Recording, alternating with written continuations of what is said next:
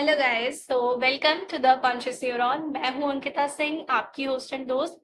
And आज हम बात करने वाले हैं about something really crucial. But before that I would like to thank you all कि आप लोगों ने इतने सारे क्वेश्चंस भेजे in the comment section for the Q&A session. So obviously for me it's a very big thing, but I would obviously ask you for more questions. तो जितने questions आएंगे उतना अच्छा है, and उसके बाद I will for sure be uploading Q&A session वाली video within a few days. वो तो आ ही जाएगी, पक्का है. But अभी के लिए, as I said, this video is very crucial because see, हम एक बुक को पढ़ रहे हैं, एंड एज यू नो कि मेरा जो तरीका है किसी भी बुक को पढ़ने का इज लाइक कि if I am reading it then I also want to कि वो चीज मैं मेरी लाइफ में उतारूं, मुझे ये चाहिए, right? And I think that is how I am making you all as well to do, right? तो क्योंकि हम इस एक जर्नी में है, वहां पे हम सीख रहे हैं and we are constantly following it up into our lives. तो ये हमारे लिए बहुत जरूरी है कि हमारे माइंड में जो भी क्वेश्चंस आते हैं हम उनका आंसर जरूर ढूंढें, राइट? तो मेरे माइंड में भी इस बुक को लेकर के, लॉ ऑफ अट्रैक्शन को लेकर के कुछ क्वेश्चंस थे जिनका answer I was obviously looking for, but till now I didn't get, right?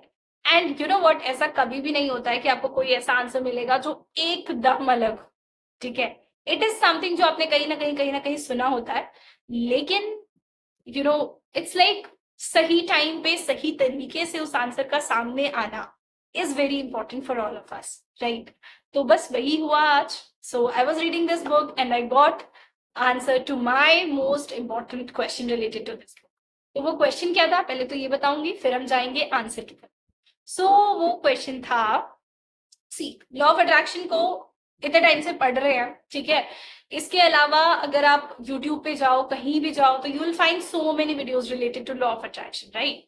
And lots of people say कि हाँ ये वर्क करता है, but the question is how, कैसे वर्क करता है? I am not asking for the steps हर कोई बताने को रेडी है, इस बुक में आपको बहुत सारे मिल जाएंगे, हर बुक में मिल जाएंगे, राइट? लेकिन I am asking for the science behind it, कि एक्चुअली सी, हम सभी को as a human being we have been provided with this mind, right? And जब आपको ये माइंड मिला है तो this mind has a very important skill, that is to question. Yes, तो वो क्वेश्चनिंग तो चलती रहेगी ना, और वो क्वेश्चनिंग होना बहुत जरूरी है, बिकॉज अगर आपको कोई चीज बताई और आप तुरंत मान लो, क्या कोई पॉइंट है उसका? अपने क्वेश्चंस के आंसर तक खुद पहुंचना is very crucial, right? I believe in to that way. तो ठीक है, चलो, ये क्वेश्चन था मेरे माइंड में कि भाई कैसे वर्क करता है, उसके पीछे की साइंस क्या है. And I have got the answer today, so obviously I would like to share it with you all. But before that, remember to subscribe this channel and see this video till the end, right? Okay, so अब बढ़ते हैं answer की तरफ. तो yes, see, answer को समझने के लिए आपको समझना पड़ेगा एक बहुत इंपॉर्टेंट चीज, जो कि है, अगर आप अपने किसी भी स्क्रिप्चर में जाके देखो, या किसी भी भगवान की फोटोज को भी अगर आप देखते हो, the way they have been portrayed, हमेशा आपको उनके अराउंड एक एक ऑरा दिखेगा, ठीक है? You will always see something, एक coloured aura you will see, right? Have you ever thought what is it?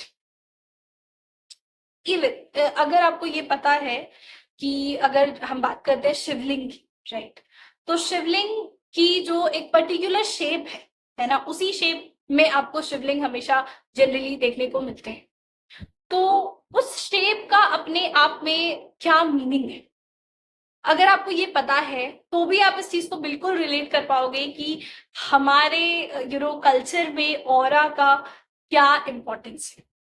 सो अगर आपको ये पता है कि शिवलिंग की जो शेप होती है वो एक्चुअल में that is the aura of a person who is completely in meditation.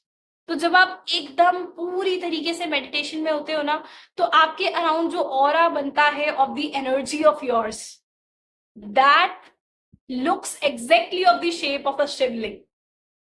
This is why shivling has its particular shape, right?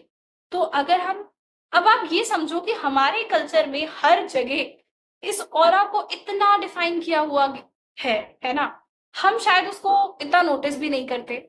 हम देखते हैं, पूजा पाठ करते हैं, सब कुछ करते हैं, लेकिन वो क्वेश्चनिंग वाला फैक्टर नहीं आता कि यार अगर ये चीज ऐसी है तो क्यों है ना। अगर इसको हर भगवान की फोटो के आगे या कभी कभी अगर आप देखो तो we only worship the energies, तो वो एनर्जी को ही आप देखो कैसी लगती है, that is in itself an aura, right. तो अब ये जो मैं बार बार एक टर्म बोल रही हूँ, व्हाट इज इट, वो है क्या, वो होता है मैग्नेटिक फील्ड। यस, सो हर इंडिविजुअल, ठीक है, और आपके हर मूड के अकॉर्डिंग, हर फीलिंग के अकॉर्डिंग आपके अराउंड एक मैग्नेटिक फील्ड बनती है, ठीक है। एंड जनरली ये मैग्नेटिक फील्ड हर चीज के अराउंड होती है। So as a human being हमारे अराउंड भी होगी, लेकिन जिस तरह की हम फीलिंग्स हमें आ रही है ना, जिस भी टाइप की फीलिंग्स है, on the basis of that aura का शेप, ऑरा किस तरीके से होगा, वो सब चीजें होती। अब ये सब क्या है, ओके तो ये सारी की सारी चीजें सिर्फ आपको एक ही चीज बताने के लिए है कि अगर किसी चीज को हमारे रिलीजन में, हमारे कल्चर में इतना ज्यादा हाईलाइट किया जा रहा है, तो मतलब this is of greatest importance to us, and it has something to do with this entire us, right. हमारी लाइफ के साथ में जो कुछ भी हो रहा है ना, उसमें इस ऑरा का, इस मैग्नेटिक फील्ड का एक बहुत बड़ा हाथ है। कैसे है, वो ही है law of attraction. So when I से लॉ ऑफ अट्रैक्शन, आई से कि आप एक magnet, and when I say you are a magnet, then you have that magnetic field right around you, और वो मैग्नेटिक फील्ड हमेशा आपके साथ है। You can not see it, right, शायद आप फील भी नहीं कर पाते हो, लेकिन इट इज ऑलवेज देयर, ठीक है।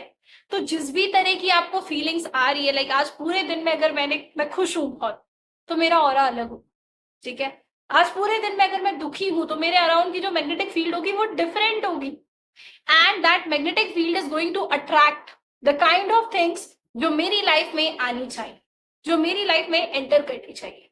सो द मोमेंट मैं खुश हूं, मेरे अराउंड की मैग्नेटिक फील्ड वैसी है, तो वो चीजों को भी वैसी ही चीजों को अट्रैक्ट करेगी। दैट इज वाई अगर आपको अपनी लाइफ में जो कुछ भी चाहिए ना, if you want to to do what, कुछ भी, जो भी आपके बिगेस्ट ड्रीम्स हैं, अगर आप उनको आज से जीना शुरू कर दो, तो आप अपने अराउंड एक ऐसा ऑरा बना रहे हो, अपने अराउंड उस फीलिंग के through, the kind of feeling you are having, वो इतनी इंटेंस है, वो फीलिंग इतनी स्ट्रांग है कि उसने आपके अराउंड के पूरे ऑरा को ही बदल दिया, उस मैग्नेटिक फील्ड को बदल दिया है, जो आपको कहीं ना कहीं रोक रही थी, जो पहले किसी और चीज को अट्रैक्ट कर रही थी, maybe the negativity, now it is going to attract the positive thing, the thing that you want into your life. That's how it works, तो इतना इंटरेस्टिंग है ये पूरा का पूरा फिनोमेना अपने आप में, but yes, that is how you have the things into your life.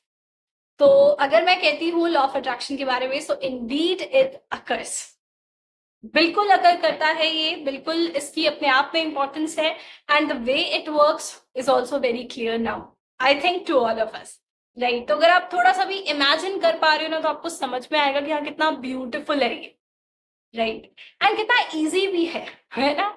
मुझे करना क्या है, I have to only think, right, I have to only imagine, I have to only feel that I have the thing that I want, and कुछ time में वो मेरे पास आ जाती है, दैट्स ऑल, राइट। तो बस यही छोटी सी चीज थी जो मुझे आज बिल्कुल शेयर करनी थी।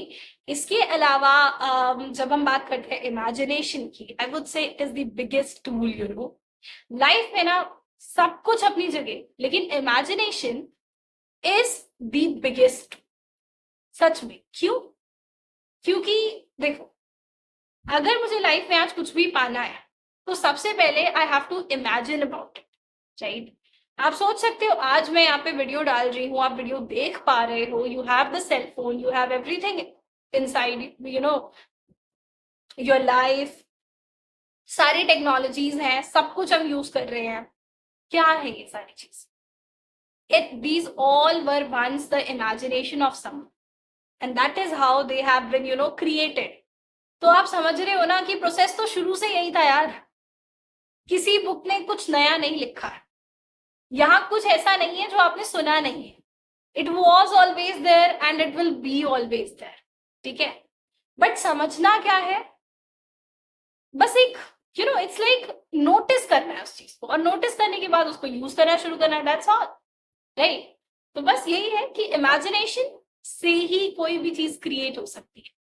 तो इमेजिनेशन को ना अपना पावरफुल टूल बना लेना, एकदम स्ट्रेंथ अपनी।